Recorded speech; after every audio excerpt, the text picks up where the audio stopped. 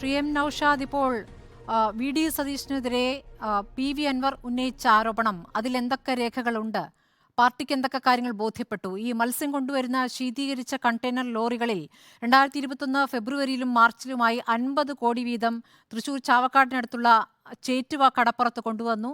അവിടെ നിന്ന് ആംബുലൻസുകളിൽ പണം സതീശിന്റെ കൂട്ടാളികളുടെ കൈകളിൽ എത്തിച്ചു. ഈ പണം കയ്യിലുള്ള ധൈര്യത്തിലാണ് KPCCയുടെ ഔദാര്യമില്ലാതെ താൻ തിരഞ്ഞെടുപ്പ് നടത്തുമെന്ന് സതീശൻ അന്ന് പറഞ്ഞത്. ഇതൊക്കെയാണ് തെളിവുകളായി പറയുന്നത്. എന്ത് രേഖകളുടെ അടിസ്ഥാനത്തിലാണ് ഇത് സഭയിൽ ഉന്നയിക്കാൻ അനുവദിച്ചത്? സഭയിലെ സ്മൃതി ഒരു കാര്യം, വർത്തമാന പ്രസംഗത്തിനിടയിൽ ആരോപണങ്ങൾ ഉന്നയിക്കും. നിരവധി തവണ എന്തെല്ലാം ആരോപണങ്ങൾ നമ്മുടെ സഭയിൽ വന്നിട്ടുണ്ട്. പിന്നെ സ്മൃതി ഇപ്പോൾ അൻവർ ആരോപണം ഉന്നയിച്ചു. അതാണ് ഞാൻ നേരത്തെ പറഞ്ഞത്.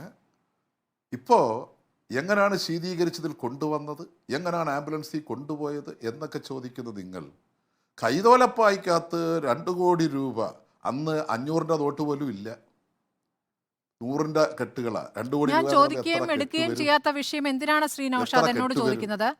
ഞാൻ ഉത്തരവാദപ്പെട്ട MLA സഭയ്ക്കകത്ത് ചോദിച്ച ചോദ്യത്തെക്കുറിച്ചാണ് ഞാൻ ചോദിച്ചത്. നിങ്ങളെ ഞാൻ അങ്ങോട്ട് ചോദിക്കട്ടെ. നിങ്ങൾ ഇപ്പൊ എന്നോട് ചോദിക്കുന്നത് അത് ഉന്നയിച്ച അൻവറിന്റെ കൈവശമാണ് അതിന്റെ തെളിവുകളുള്ളത്. അൻവർ സഭയ്ക്ക് പുറത്തു അത് ആരോപണം ഉന്നയിച്ചല്ലോ. എന്താണ് പാർട്ടി ഏറ്റെടുക്കാൻ? അത് സഭയ്ക്കകത്ത് സംരക്ഷണത്തിന്റെ പാർട്ടി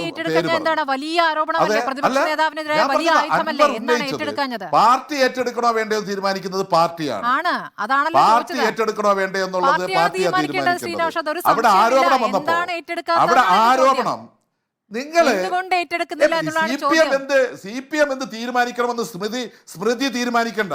ഇല്ല, സ്മൃതി തീരുമാനിക്കണ്ട, വിനയത്തോടെ തീരുമാനിക്കണ്ട. നിങ്ങൾക്ക് മാധ്യമങ്ങളെ ചർച്ച ചെയ്യണമെന്ന് തീരുമാനിക്കാം, ഏത് വിഷയത്തിൽ ചോദ്യം ചോദിക്കണമെന്ന് ആരോട് ചോദ്യം ചോദിക്കണമെന്ന് തീരുമാനിക്കാം. ഇടയ്ക്ക് ചില ചോദ്യങ്ങൾ എന്റെ അടുത്ത് ഉണ്ടാകും. അങ്ങോട്ട് ചോദിക്കുമ്പോ എന്തിനു പൊള്ളുന്നേ? എന്തിനാ പൊള്ളണ്ട കാര്യം? അങ്ങോട്ട് ചോദിക്കുമ്പോ പൊള്ളണ്ട. കൈതോലപ്പായല്ലോ ഞാൻ ചർച്ച ചെയ്യുന്നത്. ശ്രീ ബാബുവിന്റെ ഈഡി കണ്ടുകെട്ടി, ഈഡി കണ്ടുകെട്ടിയല്ലോ. ഈഡി കെ ബാബുവിന്റെ സ്വത്ത് കണ്ടുകെട്ടി.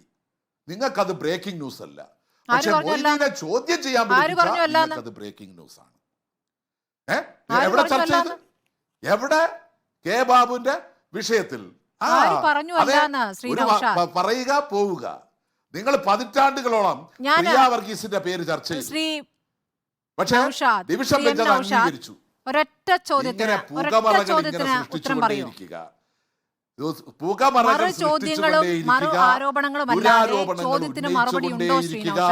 അത് ഇന്നും ഇന്നലെയും തുടങ്ങിയതല്ല. നിങ്ങൾ അത്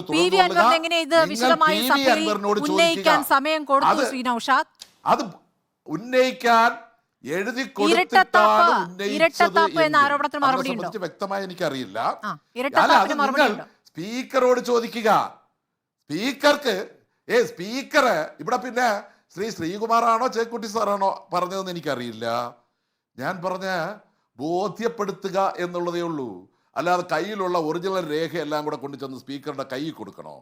നേരിട്ട് കാണിച്ച് ബോധ്യപ്പെടുത്തിയാൽ മതി, അല്ലാതെ കയ്യിലൊന്നും കൊടുക്കണ്ട. അതാരും കൊടുക്കില്ലല്ലോ, സ്വാഭാവികമല്ലേ. കോടതിയിൽ മാത്രമല്ലേ നമ്മൾ അങ്ങനെ കൊടുക്കാറുള്ളൂ. അത് നേരിട്ട് ബോധ്യപ്പെടുത്തണം. അത് ആ ഉത്തരവാദിത്വം നിർവഹിക്കാതെ ആരോപണങ്ങൾ ഇങ്ങനെ പുകമറകൾ സൃഷ്ടിച്ചുകൊണ്ടേയിരിക്കുക എന്നുള്ള ഒരു രാഷ്ട്രീയ തന്ത്രത്തിന്റെ ഭാഗമായി നടത്തുന്ന ഇടപെടലുകൾക്ക് നിങ്ങൾ അമിതമായ പ്രാധാന്യം നൽകുന്നു. സ്പീക്കർക്ക് ബോധ്യപ്പെടണം ഏത് രേഖയാണ് എന്നുള്ളത് സ്പീക്കർ അറിഞ്ഞാൽ മതി. അത് സ്പീക്കർക്ക് ബോധ്യപ്പെടണം. അത് മുഖ്യമന്ത്രിക്കെതിരായ രേഖയാവുമ്പോൾ സ്പീക്കർക്ക് ബോധ്യപ്പെടില്ല. അത് പ്രതിപക്ഷ നേതാവിനെതിരായ രേഖയാകുമ്പോൾ സ്പീക്കർക്ക് ബോധ്യപ്പെടും. അപ്പോൾ അത് അവതരിപ്പിക്കാൻ സമയം കൊടുക്കും. അതാണ് മനസ്സിലാക്കേണ്ടത്. ശ്രീ നൌഷാദ് പറഞ്ഞത് മനസ്സിലാക്കേണ്ടതാണ്. കാരണം സ്പീക്കറോട് ചോദിക്കുമെന്നാണല്ലോ അദ്ദേഹം പറയുന്നത്. നിങ്ങൾക്ക് എന്ത് വന്നാലും സ്പീക്കറെ ചില കാര്യങ്ങളിൽ ബോധ്യമുണ്ടാവും.